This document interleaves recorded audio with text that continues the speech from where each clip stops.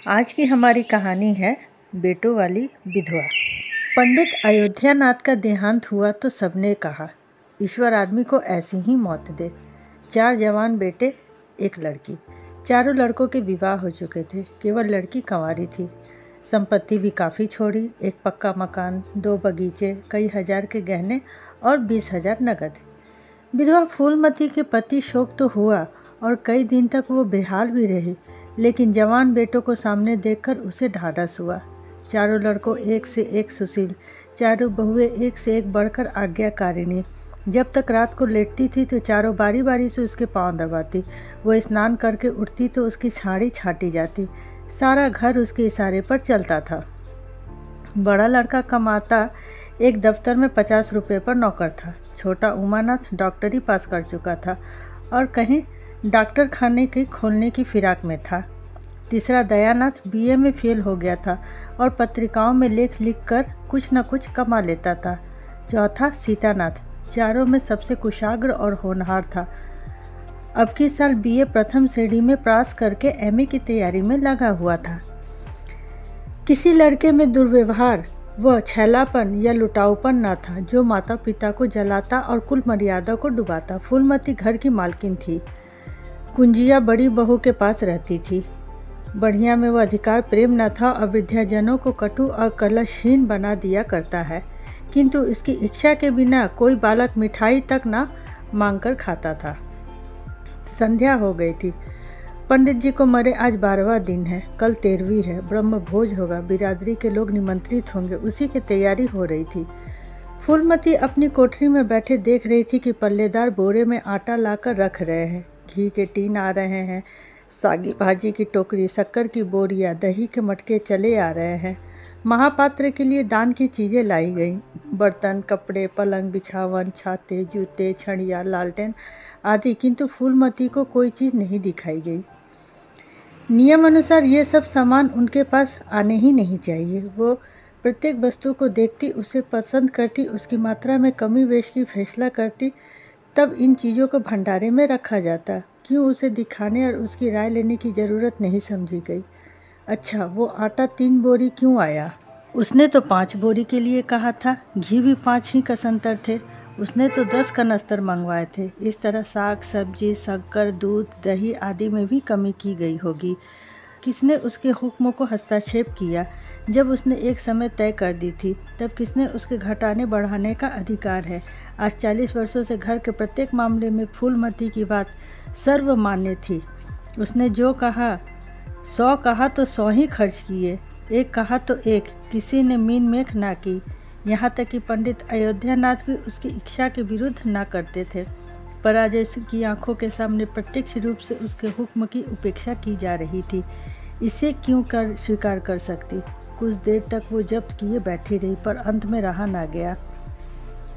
उसका स्वभाव हो गया था। वो क्रोध में भरी हुई आई और कामननाथ से बोली, क्या आटा 3 ही बोरी लाई हो? मैंने तो 5 बोरी के लिए कहा था।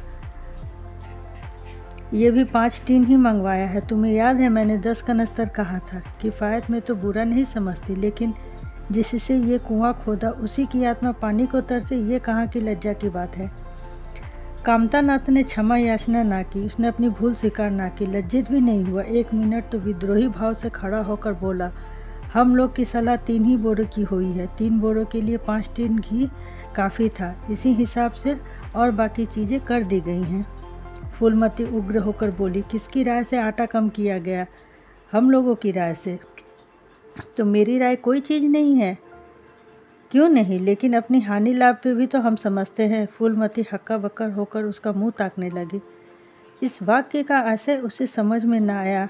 अपनी हानि लाभ? अपने घर में हानि लाभ की जिम्मेदार वो आप हैं। दूसरे को चाहे वो पेट के जन्मे पुत्र ही क्यों ना हो, उसके कर्मों में हस्तक्षेप करने का क्या अधिकार है? ये लौंडा तो इस ढिढाई से जवाब दे रहा है मानो घर उसी का है, उसी ने मर मर कर गृहस्थी जोड़ी है। मैं तो गैर हूँ, जरा हेकड़ी तो देखो। उसने तमतमाए हुए मुख से कहा, मेरी हानि लाभ का जिम्मेदार तुम नहीं हो। मुझे इख्तियार है, जो उचित समझूं वही करूं। अभी जाकर 2 बोरे आटा और 5 कनस्तर घी लेकर के आओ। अपने विचार से उसने काफ़ी तंबीह कर दी थी। शायद इतनी कठोरता अनावश्यक थी। उसने अपनी उग्रता पर खेद हुआ। लड़ते ही क्यों थे? समझे होंगे कुछ किफ़ायत करनी चाहिए। उसके लिए ना पूछा होगा कि अम्मा तो खुद हर एक काम में किफ़ायत किया करती हैं। अगर इन्हें मालूम होता तो इस काम में भी किफ़ायत पसंद ना करेगी, तो कभी इन्हें मेरी उपेक्षा करने का साहस ना होता। यद्यपि कामनानाथ अभी इसी जगह खड़ा था और उसकी भावभंगिनी से ऐसा ज्ञात होता था कि इस आज्ञा का पालन करने के लिए बहुत उत्सुक नहीं है। वो फूलमती निश्चिंत होकर अपने कोठरी में चली गई। इतनी गंभीर किसी की उसकी अवज्ञा करने का सामर्थ्य हो सकती थी, इसकी संभावना का ध्यान भी उसे न आया। पर ज्यों-ज्यों समय बीतने लगा, उस पर यह हकीकत खुलने लगी कि इस घर में अब उसकी हैसियत नहीं रही जो 10-12 दिन पहले थी। संबंधियों के यहाँ से न्योते में शक्कर, मिठाई, दही, अचार आदि आ रहे थे। बड़ी बहू इन वस्तुओं को स्वामिनी भाव से संभाल कर रख रही थी। कोई भी उससे पूछने नहीं आता। बिरादरी के लोग भी जो कुछ पूछते कामनानाथ से ही पूछते या बड़ी बहू से। कामतानाथ यहाँ का बहुत ही इज्जतमार है। रात दिन भंग पिए पड़ा रहता है, किसी तरह रो धोकर दफ्तर चला जाता है। उसमें भी महीने में 15 दिन काम से गायब रहता है। यह तो कहो साहब पंडित जी का लिहाज है, नहीं तो कभी भी निकाल देते। बड़ी बहू जैसी फूहड़ औरत भला इन बातों को क्या समझेगी? अपने कपड़े लत्ते तक तो जतन से रख नहीं सकती, चली है गृहस्थी चलाने। भेद होगी और क्या, सब मिलकर कुटी की नाक कटवाएगी। वक्त पर कोई ना कोई चीज़ कम हो जाएगी। इन कामों के लिए बड़ा अनुभव चाहिए। कोई चीज़ तो इतनी ज़्यादा बन जाएगी कि मारी मारी फिरेगी, कोई चीज़ इतनी कम बनेगी कि किसी पत्तल पर पहुंचेगी और किसी पर नहीं। आखिर इन सब का हो क्या गया है? अच्छा बहू तिजोरी क्यों खोल रही है? वो आज मेरी आज्ञा के बिना तिजोरी खोलने वाली कौन होती है? कुंजी उसके पास है अवश्य, लेकिन जब तक मैं रुपए ना निकलवाऊं तिजोरी नहीं खोलती। आज तो इस तरह खोल रही है मानो मैं हूँ ही नहीं। ये मुझसे बर्दाश्त ना होगा। वो झमक कर उठी और बहू के पास जाकर कठोर स्वर में बोली, तिजोरी क्यों खोलती हो बहू? मैंने तो खोलने के लिए नहीं कहा। बड़ी बहू ने निसंकोच भाव से उत्तर दिया, बाजार से सामान आया है तो दाम तो दिया जाएगा ना। कौन सी चीज़ किस भाव से आई है और कितनी आई है ये मुझे कुछ नहीं मालूम। जब तक हिसाब किताब ना हो जाए रुपए कैसे दिए जाए? हिसाब किताब सब हो गया है। किसने किया? अब मैं क्या जानूं किसने किया? जाकर मर्दों से पूछिए। मुझे हुक्म मिला है पैसे लाकर देने के लिए, तो मैं पैसे निकाल रही हूँ। फूलमती खून का घूंट पीकर रह गई। इस वक्त बिगड़ने का अवसर न था। घर में मेहमान स्त्री पुरुष भरे हुए थे। अगर इस वक्त उसने लड़कों को डांटा तो लोग यही कहेंगे कि पंडित जी के घर में फूट पड़ गई। दिल पर पत्थर रखकर फिर अपनी कोठरी में चली गई। जब मेहमान विदा हो जाएंगे तब एक एक की खबर लूँगी, तब देखेगी कौन उसके सामने आता है और क्या कौन कहता है। उनकी सारी चौकड़ी भुला दूंगी। किंतु कोठरी के एकांत में भी वो निश्चिंत न बैठी थी। सारी परिस्थितियों को गिद्ध दृष्टि से देख रही थी। कहाँ सत्कार का कौन सा नियम भंग होता है, कहाँ मर्यादाओं की उपेक्षाएं होती हैं। भोज आरंभ हो गया। सारी बिरादरी एक साथ पतंगों पे बैठ दी गई। आंगन में मुश्किल से 200 आदमी बैठ सकते हैं। ये 500 आदमी इतनी सी जगह में कैसे बैठ जाएंगे? क्या आदमी के ऊपर आदमी बैठाए जाएंगे? 2 पंगतों के लोग बिठाए जाते तो क्या बुराई हो जाती? यही तो होता कि 12 बजे की जगह भोज 2 बजे समाप्त होगा। मगर यहाँ तो सबको सोने की जल्दी पड़ी है। किसी तरह ये बला सर से टले तो चैन से सोए। लोग कितने सट कर बैठे हुए कि किसी की हिलने की भी जगह नहीं है। पत्तल पर पत्थर रखे हुए हैं। पूड़ियाँ ठंडी हो गई हैं। लोग गर्मा गर्म पूड़ियाँ मांग रहे हैं। मैदे की पूड़ियाँ ठंडी होने पर चमड़े की हो जाती है। इसे कौन खाएगा? रसोइयों को कढ़ाव पर न जाने क्यों उठा दिया गया। ये सब बातें नाक काटने की है। सहसा शोर मचा। तरकारियाँ में नमक नहीं है। बड़ी बहू जल्दी जल्दी नमक पीसने लगी। फूलमती क्रोध के मारे ओठ चबा रही थी, पर इस अवसर पर मुंह ना खोल सकती थी। नमक पीसा और पत्तलों पर डाला गया। इतने में फिर शोर मचा, पानी गर्म है, ठंडा पानी लाओ। ठंडे पानी का कोई प्रबंध नहीं था। बर्फ़ भी नहीं मंगवाई गई थी। आदमी बाजार दौड़ाया गया, मगर बाजार में इतनी रात में बर्फ़ कहाँ मिलेगी। आदमी खाली हाथ लौट आया। मेहमानों को वही नल का पानी पीना पड़ा। फूलमती का बस चलता तो लड़के का मुंह नोच लेती। ऐसी छिलाछेदार उसके घर में कभी ना हुई थी। उस पर सब मालिक बनने के लिए मरते हैं। बर्फ जैसी जरूरी चीज़ मंगवाने की भी किसी की सुध नहीं थी। सुध कहाँ से रहे, जब किसी को गप लड़ाने से फुर्सत मिले तब ना। मेहमान अपने दिल से क्या कहेंगे कि चले हैं बिरादरी को भूस देने और घर में बर्फ़ तक नहीं। अच्छा, फिर ये हलचल क्यों मच गई? अरे लोग पगंध से उठे जा रहे हैं, क्या मामला है? फूलमती उदासीन न रह सकी। कोठरी से निकलकर बरामदे में फूलमती आई और कामता नाथ से पूछी, क्या बात हो गई लल्ला, लोग क्यों उठे जा रहे हैं? कामता ने कोई जवाब नहीं दिया, वहाँ से खिसक गया। फूलमती झुंझला कर रह गई। सहसा कहारिन मिल गई। फूलमती ने उससे ही वो प्रश्न किया। मालूम हुआ किसी ने शोरबे में मरी हुई चूहिया निकल गई है। फूलमती चित्र लिखित से वहीं पर खड़ी रह गई। भीतर ऐसा उबाल उठा कि दीवार से सर टकरा दे। अभागे भोज का प्रबंध करने चले थे। इस फूहड़पन की भी कोई हद है? कितने आदमियों का धर्म सत्यानाश हो गया, फिर पंगत से क्यों उठ जाए? आँख से देखकर अपना धर्म कौन गंवाएगा? सारा किया धरा मिट्टी में मिल गया। सैकड़ों रुपए पर पानी फिर गया। बदनामी हुई सो अलग। मेहमान उठ चुके थे। पत्तलों पर खाना ज्यों का त्यों पड़ा था। चारों लड़के आंगन में लज्जित खड़े थे, एक दूसरे को इल्ज़ाम दे रहे थे। बड़ी बहू अपनी देवरानियों पर बिगड़ रही थी। देवरानियाँ सारे दोस्त कुमुद के सिर डालती थी। कुमुद खड़ी रो रही थी। उसी वक्त फूलमती झल्लाई हुई बाहर आई और मुंह पे कालिख लगी कि नहीं, ये अभी कुछ कसर बाकी है। डूब मरो सबके सब चुल्लू भर पानी में। शहर में कहीं मुंह दिखाने के लायक भी नहीं रहे। किसी लड़के ने कुछ जवाब नहीं दिया। फूलमती और भी प्रचंड होकर बोली, तुम लोगों को क्या, किसी को शर्म हया तो है नहीं? आत्मा तो उसकी रो रही है जिन्होंने ज़िंदगी भर की मर्जाद बनाने में ख़त्म कर दी। उनकी पवित्र आत्मा को तुमने क्यों कलंकित किया? सारे थू थू हो रही है। अब कोई तुम्हारे द्वार पर पेशाब करने तक न आएगा। कामता नाथ तो कुछ देर तो चुप रहा, खड़ा होकर सुनता रहा। आखिर झुंझला कर बोला, अच्छा अब चुप रहो अम्मा, भूल हुई, हम सब मानते हैं, बड़ी भयंकर भूल हुई। लेकिन अब उसके लिए क्या घर के प्राणियों को हलाल कर डालोगी? सभी से भूल होती है, आदमी पछता कर रह जाता है, किसी की जान तो नहीं मारी जाएगी। बड़ी बहू ने अपनी सफाई दी, हम क्या जानते थे कि कुमुद से इतना सा भी काम ना हो पाएगा?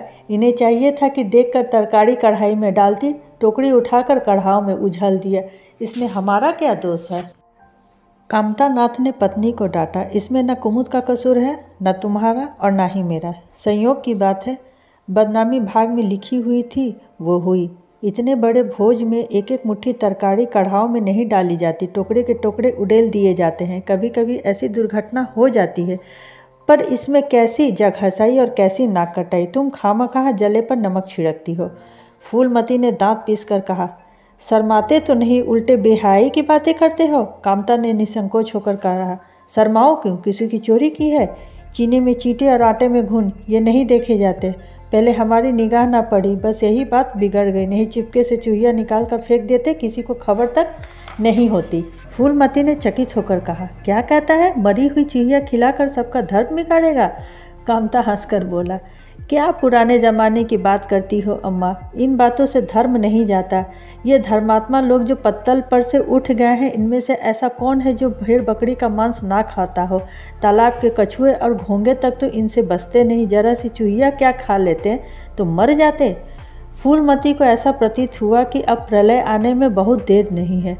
जब पढ़े लिखे आदमियों के मन में ऐसे अधार्मिक भाव आने लगे तो फिर धर्म की भगवान ही रक्षा करे। वह अपना सा मुँह लेकर के चली गई। 2 महीने गुजर गए। रात का समय है। चारों भाई दिन के काम से छुट्टी पाकर कमरे में बैठे गपशप कर रहे थे। बड़ी बहू भी षड्यंत्र में शरीक है। कुमुद के विवाह का प्रश्न छिड़ा हुआ है। कामता नाथ ने मसनद न टेक लगाते हुए कहा, दादा की बात दादा के साथ गई। मुरारी पंडित विद्वान भी है और कुलीन भी होंगे, लेकिन जो आदमी अपनी विद्या और कुलीनता को रुपए में बेचे वो नीच है। ऐसे नीच आदमी के लड़के से हम कुमुद का विवाह संत में भी ना करेंगे। 5,000 दहेज तो दूर की बात है, उसे बताओ धत्ता और किसी दूसरे वर की तलाश करो। हमारे पास कुल 20,000 ही तो है, एक एक हिस्से में 5-5 हज़ार आते हैं। 5,000 दहेज में दे दे तो 4,000 नेक न्योछावर बाजे गाजे में उड़ा देंगे, तो फिर हमारी और बंधियाँ ही बैठ जाएगी। उमानाथ बोले, मुझे अपना औषधालय खोलने के लिए कम से कम 5,000 की ज़रूरत है। मैं अपने हिस्से में से 1 पाई नहीं दे सकता। फिर खुलते ही आमदनी तो नहीं होगी, कम से कम साल भर घर में खाना पड़ेगा।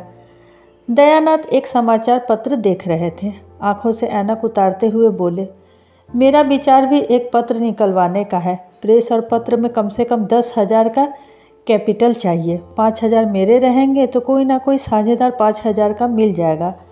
पत्रों में लेख लिखकर मेरा निर्वाह नहीं हो सकता। कामतानाथ ने सिर हिलाते हुए कहा, अजी राम भजो, सेंते से कोई लेख छापता है, रुपए कौन दिए देता है? दयानाथ ने प्रतिवाद किया, नहीं, ये बात तो नहीं है। मैं तो कभी भी बिना पेशगी पुरस्कार लिए नहीं लिखता। कामता ने जैसे अपने शब्द वापस लिए, तुम्हारी बात मैं नहीं करता भाई, तुम तो बहुत सारे मार लेते हो, लेकिन सबको तो नहीं मिलता। बड़ी बहू ने श्रद्धा भाव से कहा, कन्या भाग्यवान हो तो दरिद्र घर में भी खुशी ले आती है, अभागी हो तो राजा घर में भी रोएगी, ये सब नसीबों का खेल है। कामतानाथ ने स्त्री की ओर प्रशंस भाव से देखा। फिर इसी साल हमें सीता का भी ब्याह करना है। सीतानाथ सबसे छोटा था। सिर झुकाए भाइयों की स्वार्थ भरी बातें सुन सुनकर कुछ कहने के लिए उतावला हो रहा था। अपना नाम सुनते ही बोला, मेरे विवाह की आप लोग चिंता ना करें, मैं जब तक किसी धंधे पे ना लग जाऊं विवाह का नाम भी नहीं लूँगा। और सच पूछिए तो मैं विवाह करना ही नहीं चाहता। देश की इस समय बालकों की ज़रूरत है, काम करने वालों की ज़रूरत है। मेरे हिस्से के रुपए आप कुमुद के विवाह में खर्च कर दो, ताकि बातें तय होने के बाद ये उचित नहीं कि पंडित मुरारी लाल के संबंध तोड़ लिया जाए। उमा ने तीव्र स्वर में कहा, 10,000 कहाँ से आएंगे? सीता ने डरते हुए कहा, मैं तो अपने हिस्से के रुपए देने को कहता हूँ, और शेष मुरारी लाल से कहा जाए कि दहेज में कुछ कमी कर दे। वो इतने स्वार्थ नहीं है कि वो घर पर कुछ बल खाने को तैयार ना हो जाए। अगर वो 3,000 में संतुष्ट हो जाए तो 5,000 में विवाह कर सकते हैं। उमानाथ ने कामतानाथ से कहा, सुनते हो भाई साहब इनकी बात? दयानाथ बोल उठे, तो उसमें आप लोगों का क्या नुकसान है? वो अपने रुपए दे रहा है, खर्च कीजिए। मुरारी पंडित से हमारा कोई बैर नहीं है। मुझे तो इस बात की खुशी हो रही है कि भला हमसे कोई तो त्याग करने का योग्य है। इन्हें तत्काल रुपए की ज़रूरत नहीं है। सरकार से वजीहा पाते हैं, पास ही कहीं ना कहीं जगह मिल जाएगी। हम लोगों की हालत तो ऐसी नहीं। कामतानाथ ने दूरदर्शिता का परिचय दिया। नुकसान की एक ही नहीं, हमसे एक से एक कष्ट हो तो क्या लोग बैठे देखेंगे? ये अभी लड़के हैं, इन्हें क्या मालूम समय का 1 रुपये 1 लाख का काम करता है। कौन जानता है कल इन्हें विलायत जाकर पढ़ने के लिए सरकारी वजीहा मिल जाए या सिविल सर्विस में चला जाए। उस वक्त सफ़र की तैयारियों में 4-5 हज़ार लग जाएंगे। तब किसके सामने हाथ फैलाते फिरेंगे? मैं यही नहीं जानता था कि दहेज के पीछे इनकी ज़िंदगी नष्ट हो जाए। इस तर्क ने सीतानाथ को भी तोड़ दिया। सकुचाता हुआ बोला, हाँ, यदि ऐसा हुआ तो बेशक मुझे रुपये की ज़रूरत होगी। क्यों, ऐसा होना असंभव है? असंभव तो मैं नहीं समझता, लेकिन कठिन अवश्य है। वजीफ़े उन्हें मिलते हैं जिनके पास सिफारिशें होती हैं। मुझे कौन पूछता है? कभी कभी तो सिफारिशें धरी की धरी रह जाती है और बिना सिफारिश वाले बाजी मार ले जाते हैं। तो आप जैसे उचित समझे। मुझे यहाँ तक मंजूर है, चाहे मैं विलायत ना जाऊँ पर कुमुद अच्छे घर जाए। कामतानाथ ने निष्ठा भाव से कहा, अच्छा घर दहेज देने से नहीं मिलता भैया। जैसी तुम्हारी भाभी ने कहा, यह नसीबों का खेल है। मैं तो चाहता हूँ कि मुरारी लाल को जवाब दे दिया जाए कि वो ऐसा वर खोजा जाए जो थोड़े में राजी हो जाए। इस विवाह में 1,000 से ज़्यादा खर्च नहीं कर सकता। पंडित दीनदयाल कैसे हैं? उमा ने प्रसन्न होकर कहा, बहुत अच्छे, MA BA ना सही, जजमानी अच्छी आमदनी है। दयानाथ ने आपत्ति की, अम्मा से भी तो पूछ लेनी चाहिए। कामतानाथ ने इसकी कोई ज़रूरत महसूस नहीं हुई। बोले, उनकी तो जैसे बुद्धि ही भ्रष्ट हो गई है। वो पुराने युग की बातें मुरारी के नाम पर उधार खाए बैठी है।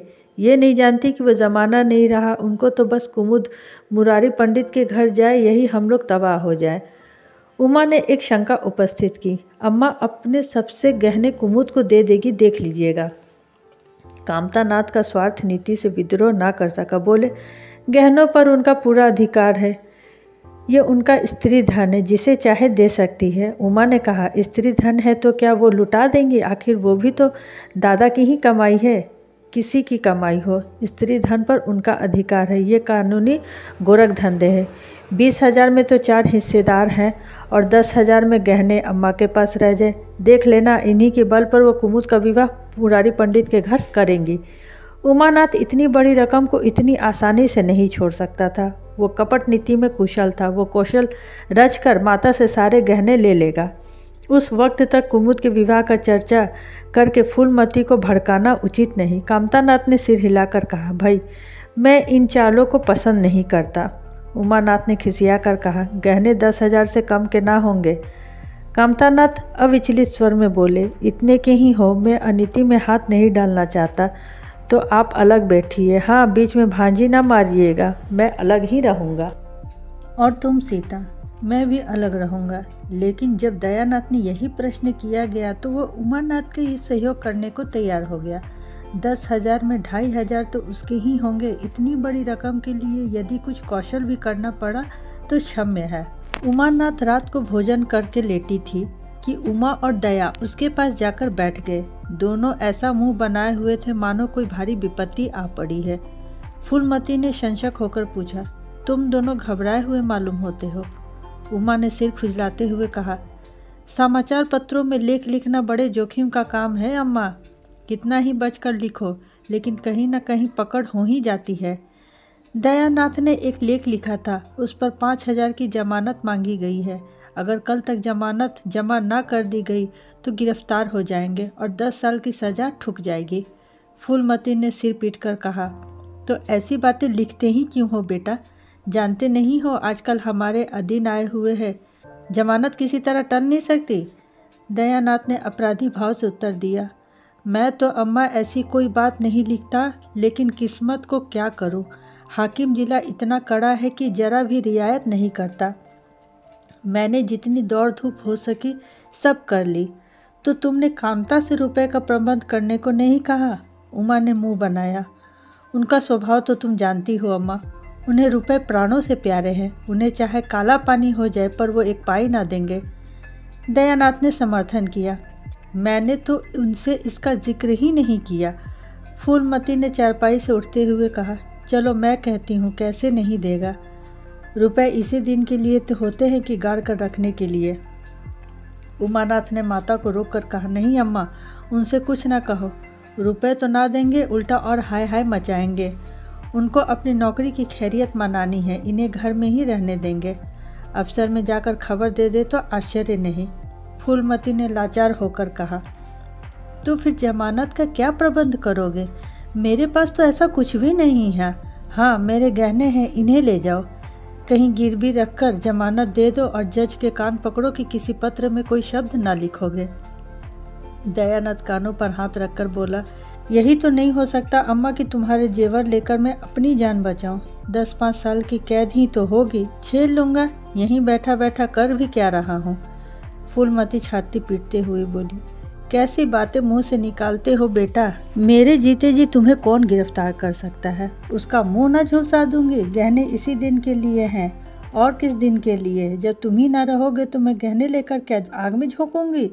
उसने पिटारी लाकर उसके सामने रख दी। दया ने उमा की ओर और फरियादी की आंखें से देखा और बोला, आपकी क्या राय है भाई साहब? इसी मारे कहता हूँ, अम्मा को बताने की ज़रूरत नहीं, जेल ही तो है। जाती है तो जाए। उमा ने जैसे सिफारिश करते हुए कहा, ये कैसे हो सकता है कि इतनी बड़ी वारदात हो जाती और अम्मा को खबर ना होती? मुझसे तो ये नहीं हो सकता कि सुनकर पेट में डाल देता, मगर अब करना क्या चाहिए? मैं खुद निर्णय नहीं कर सकता। तो अच्छा यही है तुम जेल चले जाओ। ये क्या अच्छा लगता है कि अम्मा के गिरवी गहने रखे जाएं? फूलमती ने व्यथित कंठ से पूछा, क्या तुम समझती हो कि मुझे गहने तुमसे ज़्यादा प्यारे हैं? मैं तो अपने प्राण तक तुम्हारे ऊपर निछावर कर दूं, गहनों की क्या बिसात है। दया ने दृढ़ता से कहा, अम्मा तुम्हारे गहने तो ना लूँगा, चाहे मुझे पर कुछ क्यों ना आन पड़े। जब आज तक तुम्हारी कुछ सेवा ना कर सका तो किस मुँह से तुम्हारे गहने उठा ले जाऊँ? मुझ जैसे कपूत को तुम्हारी कोख से जन्म ही नहीं लेना चाहिए था। सदा तुम्हें कष्ट देता रहा हूँ। फूलमती ने भी उतनी ही दृढ़ता से कहा, तुम अगर यूँ ना लोगे तो मैं खुद जाकर इन्हें गिरवी रख दूंगी और हाकिम जिला के पास जाकर जमानत कराऊंगी। अगर अच्छा तो है परीक्षा भी ले लो। आंखें बंद हो जाने के बाद क्या होगा भगवान जाने, लेकिन जब तक जीती हूँ कोई तुम्हारी और तिरछी आंखों से देख भी नहीं सकता। उमानाथ ने मानो माता पर एहसान रखकर कहा, अब तो हमारे लिए कोई रास्ता ही नहीं रहा दयानाथ। क्या हर्ज है, ले लो, मगर याद रखो ज्यों ही हाथ में रुपए आ जाए गहने छुड़वाने पड़ेंगे। सच कहते हैं मातृत्व तो दीर्घ तपस्या है, माता के सिवाय इतना स्नेह और कौन कर सकता है। हम बड़े अभागे हैं कि माता के प्रति जितनी श्रद्धा रखनी चाहिए उसका संतांत भी नहीं रखते। दोनों ने जैसे बड़े धर्म संकट में पड़कर गहनों की पिटारी संभाली और चलते बने। माता वात्सल्य भरी आंखों से उनकी ओर देखती रह गई और उनकी संपूर्ण आत्मा का आशीर्वाद जैसे अपनी गोद में समेट लेने के लिए व्याकुल हो रहा था। आज कई महीने के बाद उनके भृग मातृ हृदय ने अपना स्वार्थ अर्पण करके जैसे आनंद की विभूति मिली। उसकी स्वामिनी कल्पना इसी त्याग के लिए, इसी आत्मसमर्पण के लिए जैसी कोई मार्ग ढूंढती रहती है। अधिकार या लोभ या ममता वो कोई गंध तक नहीं थी। त्याग ही उसका आनंद और त्याग ही उसका अधिकार है। आज अपना खोया हुआ अधिकार पाकर अपनी सृजी हुई प्रतिमा पर अपने प्राणों की भेंट करके वो निहाल हो गई। 3 महीने और गुजर गए। माँ के गहनों पर हाथ साफ करके चारों भाई उसकी दिलजोई करने लगे थे। अपनी स्त्रियों को भी समझाते रहते थे कि उसका दिल ना दुखाए। अगर थोड़े शिष्टाचार से उसकी आत्मा को शांति मिलती है तो इसमें क्या हानि है। चारों करते अपनी मन की, पर माता से सलाह ले लेते या ऐसा जाल फैलाते कि सरला उनकी बातों में आ जाती और हर एक काम में सहमत हो जाती। बाग का बेचना उसे बहुत बुरा लगता था, लेकिन चारों ने ऐसी माया रची कि उसे बेचने पर राजी हो गई। किंतु कुमुद के विवाह के विषय में कोई कुछ न हो सका। पंडित मुरारी लाल पर भी जमी हुई थी। लड़के दीनदयाल पर अड़े हुए थे। एक दिन आपस में कलह हो गई। फूलमती ने कहा, माँ बाप की कमाई में बेटी का हिस्सा भी है। तुम्हें 16,000 का बाग मिला, 25,000 का एक मकान, 20,000 का नगद, क्या 5,000 भी कुमुद के हिस्से में नहीं है? कामता ने नम्रता से कहा, अम्मा, कुमुद आपकी लड़की है तो हमारी भी बहन है। अब 2-4 साल में प्रस्थान कर जाएंगी, पर हमारा और उसका बहुत दिनों तक संबंध रहेगा। तब यथाशक्ति कोई ऐसी बात ना करेंगे जिससे उसका अमंगल हो। लेकिन हिस्से की बात कहती हो तो कुमुद को कुछ हिस्सा नहीं मिलेगा। दादा जीवित थे तो और बात थी, वो उसके विवाह में जितना चाहते खर्च करते, कोई उनका हाथ ना पकड़ सकता था। लेकिन अब तो हमें एक एक पैसे की किफ़ायती करनी पड़ेगी। जो काम 1,000 में हो जाए उसके लिए 5,000 खर्च करना कहाँ की बुद्धिमानी है। उमानाथ ने सुधारा, 5,000 क्यों, 10,000 कहिए। कामता ने भव्य सिकुड़ कर कहा, नहीं, मैं 5,000 ही कहूँगा। एक विवाह में 5,000 खर्च करने की हमारी हैसियत नहीं है। फूलमती ने जिद पकड़कर कहा, विवाह तो मुरारी लाल के पुत्र से ही होगा, चाहे 5,000 खर्च हो या 10,000। मेरे पति की कमाई है, मैंने मर मर कर जोड़ा है, अपनी इच्छा से खर्च करूँगी। तुम्ही ने मेरी कोख से जन्म नहीं लिया है, कुमुद भी उसी कोख से आई है। मेरी आंखों में तुम सब बराबर हो। मैं कुमुद से किसी से कुछ नहीं मांगूंगी। तुम बैठे तमाशा देखो, मैं सब कुछ कर लूँगी। 20,000 कुमुद का है। कामतानाथ को अब कड़वे सत्य की शरण लेने के सिवा कोई मार्ग नहीं दिखा। बोला, अम्मा, तुम बस बात बढ़ाती हो। जिस पुरुष को तुम अपना समझती हो वो तुम्हारे नहीं, वो हमारे हैं। तुम हमारी अनुमति के बिना उससे कुछ नहीं खर्च कर सकती। फूलमती को जैसे सर्प ने डस लिया। क्या कहा? फिर तो कहना, मैं अपने ही सच्चे रुपए अपने ही हाथों से खर्च नहीं कर सकती। वो रुपए तुम्हारे नहीं रहे, हमारे हो गए हैं। तुम्हारे होंगे लेकिन मरने के पीछे नहीं, दादा के मरते ही हमारे हो गए। उमानाथ बेहाई से कहा, अम्मा, कानून कायदा तो क्या जानती हो, नाहक उलझती हो। फूलमती कोद्र विहल होकर बोली, भाड़ में जाए तुम्हारा कानून, मैं ऐसे कानून को नहीं मानती। तुम्हारे दादा ऐसे कोई बड़े धन सेठ नहीं थे, मैंने ही पेट और तन काट कर यह गृहस्थी जोड़ी है। नहीं, आज बैठने की छांव ना मिलती।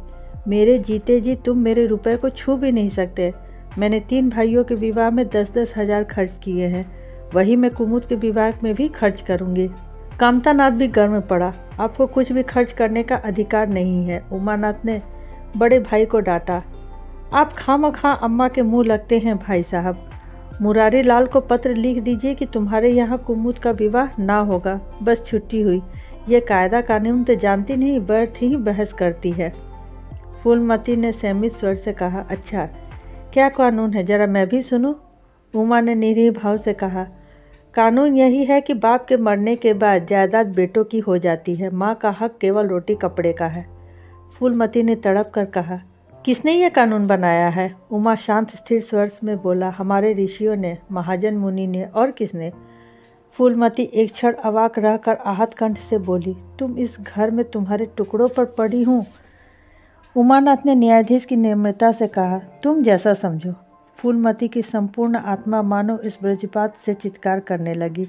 उससे मुख से जलती हुई चिंगारियों की भांति ये शब्द निकल पड़े, मैंने घर बनाया, मैंने संपत्ति जोड़ी, मैंने तुम्हें जन्म दिया, पाला, और आज घर में मैं ही गैर हूँ। मनु का यही कानून है और तुम उसी कानून पर चलते रहते हो। अच्छी बात है, अपना घर द्वार लो। मुझे तुम्हारी आश्रिता बनकर रहना स्वीकार नहीं। इससे कहीं अच्छा है कि मैं मर जाऊं। वाह रे अंधेर, मैंने पेड़ लगाया और मैं ही उसकी छांव में खड़ी नहीं हो सकती। अगर यही कानून है तो इसमें आग लग जाए।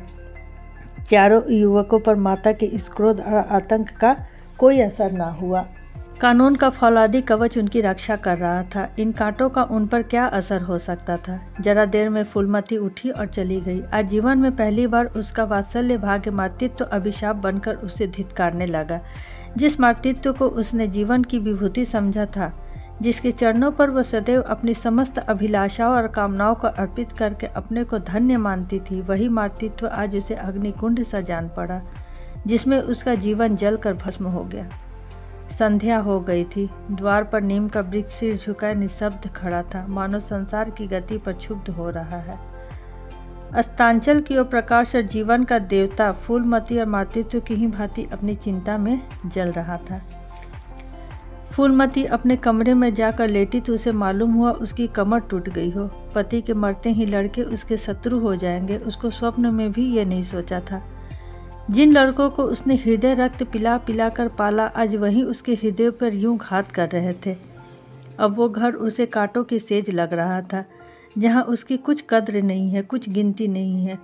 वहाँ अनाथों की भांति पड़ी रोटियां खाए, यह उसकी अभिमानी प्रकृति के लिए विपक्ष था। पर उपाय ही क्या था? वो लड़कों से अलग होकर रहे भी तो नाक किसकी कटेगी? संसार किसे थूकेगा?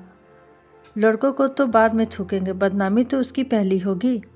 दुनिया यही तो कहेगी, 4 जवान बेटों के होते हुए बुढ़िया अलग पड़ी हुई मजूरी करके पेट पाल रही है।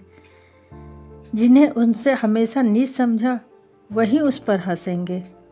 वह अपमान और अनादर से कहीं ज़्यादा हृदय विदारक था। वह अपना और घर का पर्दा ढक के रखने में ही कुशल है। वह अपने इस नई परिस्थितियों के अनुकूल बना पड़ा रहेगा। ईश्वर की यही इच्छा है। अपने बेटों की बातें और लाते गैरों की बातें और लातों की अपेक्षा फिर भी गनीमत है। बड़ी देर तक मुंह ढांपे अपनी दशा पर रोती रही। सारी रात इसी आत्मवेदना में काट गई। शरद का प्रताप डरता डरता उषा की गोद से निकला, जैसे कोई कैदी छिपकर जेल से भाग आया हो। फूलमती अपने नियम के विरुद्ध आज तड़के ही उठी।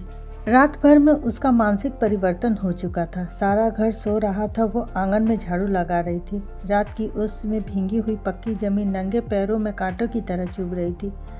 पंडित जी उसे कभी इतने सवेरे उठने ना देते थे। शीत उसके लिए बहुत हानिकारक थी, पर अब वो दिन नहीं, प्रकृति को भी समय के साथ बदल देने का प्रयत्न कर रही थी। झाड़ू से फुर्सत पाकर उसने आग जलाई और चावल दाल की कड़ा कंकड़ियाँ चुनने लगी। कुछ देर में लड़के जागे, बहुएं उठी। सभी ने बुढ़िया को सर्दी से सिकुड़े हुए काम करते देखा, पर किसी ने यह नहीं कहा कि अम्मा क्यों हलकान होती हो। शायद सब के सब बुढ़िया के इस मान मर्दन से प्रसन्न थे। आज से फूलमती का यही नियम हो गया कि जी तोड़कर घर का काम करना और अतरंग नीति से अलग रहना। उसके मन में जो आत्म गुरुवर छलकता रहता, उसकी जगह वो अब गहरी वेदना छुई नजर आ रही थी। जहाँ बिजली जलती थी वहाँ तेल का दिया टिमटिमा रहा था। दिया बुझा देने के लिए हवा का एक हल्का सा झोंका काफ़ी है। मुरारी लाल को इक्कारी पत्र लिखने की बात पक्की हो चुकी थी। दूसरे दिन पत्र लिखा गया। दीनदयाल से कुमुद का विवाह निश्चित हो गया। दीनदयाल की उम्र 40 से कुछ अधिक थी। मर्यादा में भी कुछ ठेठ थे, पर रोटी दाल से खुश थे। बिना किसी ठहराव के विवाह पर राजी हो गए। तिथि नियम हुई, बारात आई, विवाह हुआ और कुमुद विदा हो गई। फूलमती के दिल पर क्या गुजर रही थी इसे कौन जान सकता था, पर चारों भाई बहुत प्रसन्न थे, मानो उनके हृदय का कांटा निकल गया हो। ऊंचे कुल की कन्या मुंह कैसे खोलती। घर वालों ने जिससे विवाह कर दिया उससे हजारे एव हो तो क्या, उसी के साथ अपना जीवन निर्वाह करना है। फूलमती ने किसी काम में दखल ना दिया। कुमुद को क्या दिया, मेहमानों ने क्या लिया, क्या सत्कार हुआ, क्या जेवर बने, फूलमती को कुछ पता नहीं थे। उसकी कोई सलाह भी नहीं ली गई। बेटा तुम लोग तो जो करते हो अच्छा ही करते हो, मुझसे क्या पूछते हो।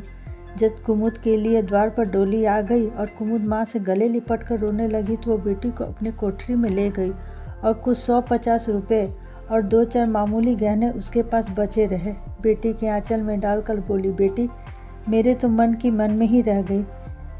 नहीं क्या आज तुम्हारा विवाह इस तरह होता और तुम इस तरह विदा की जाती। आज तक फूलमती ने अपने गहनों की बात किसी से नहीं कही थी।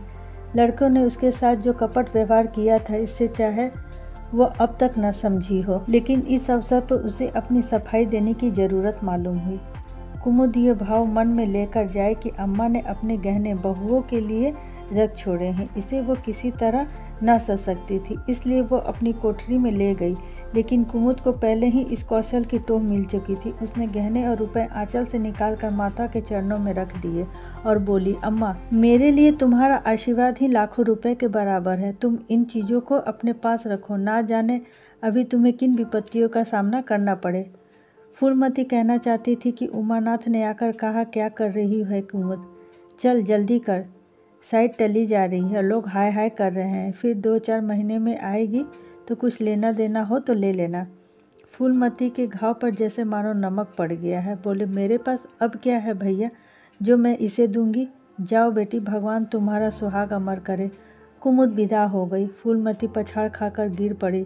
जीवन की अंतिम लालसा भी नष्ट हो गई। इसी तरह 1 साल बीत गया। फूलमती का कमरा घर के सब कमरों में बड़ा और हवादार था। कई महीनों से उसकी बड़ी बहू के लिए खाली कर दिया था और खुद एक छोटी सी कोठरी में रहने लगी थी, जैसे कोई भिखारिन हो। बेटे और बहुओं में अब उसे जरा भी स्नेह न था। वो अब घर की लौंडी थी। घर के किसी प्राणी, किसी वस्तु, किसी प्रसंग से उसे प्रयोजन न था। वो केवल इसलिए जीती थी कि मौत नहीं आती थी। सुख या दुख का अब उसे लेस मात्र भी ज्ञान नहीं था।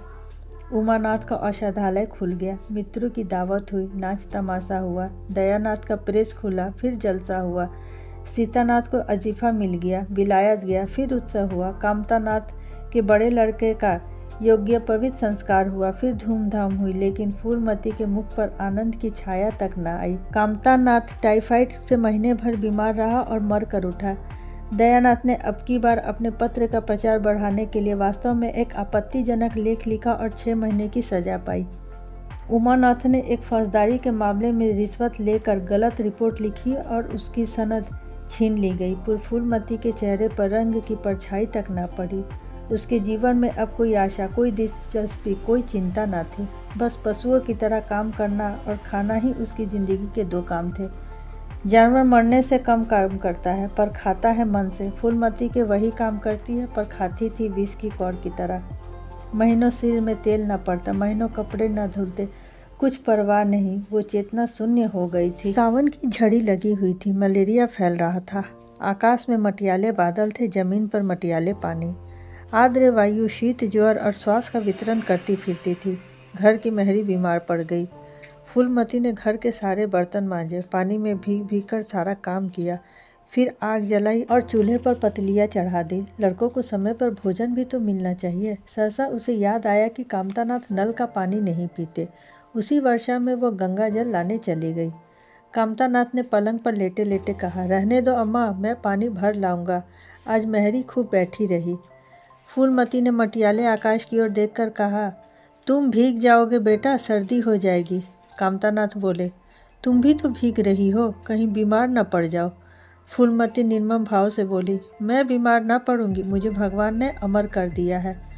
उमानाथ भी वहीं बैठा था। उसने औषधालय में कुछ आमदनी न होती थी, इसलिए वो बहुत चिंतित रहता था। भाई भवज की मुँह देखी करता रहता था। बोला, जाने भी दो भैया, बहुत दिन बहुओं पर राज कर चुकी है, उसका प्रायश्चित तो करने दो। गंगा बढ़ी हुई थी जैसे समुद्र हो। क्षितिज सामने के कुल से मिला हुआ था। किनारे की वृक्षों की केवल फुगनियाँ पानी के ऊपर रह गई थी। घाट ऊपर तक पानी में डूब गए थे। फूलमती कलसा लिए नीचे उतरी, पानी भरा और ऊपर जा ही रही थी कि पाँव फिसला। संभल न सकी, पानी में गिर पड़ी। पल भर हाथ पैर चलाए, फिर लहरें उसे नीचे खींच ले गई। किनारे पर 2-4 पंडे चिल्लाए, अरे दौड़ो, बुढ़िया डूबी जा रही है। 2-4 आदमी दौड़े भी, लेकिन फूलमती लहरों में समा गई, उन बल खाती हुई लहरों में जिन्हें देखकर हृदय कांप उठता था। एक ने पूछा, ये बुढ़िया कौन थी? अरे वही, पंडित अयोध्यानाथ की विधवा है। अरे अयोध्यानाथ तो बड़े आदमी थे। हाँ थे तो, पर इसके भाग्य में ठोकर खाना लिखा था। उनके तो कई बड़े बड़े लड़के थे, सब कमाते हैं। हाँ सब है भाई, मगर भाग्य भी तो कोई वस्तु है। और इस तरह अयोध्यानाथ की पत्नी फूलमती के लहरों के द्वारा स्वर्ग सिधार गई।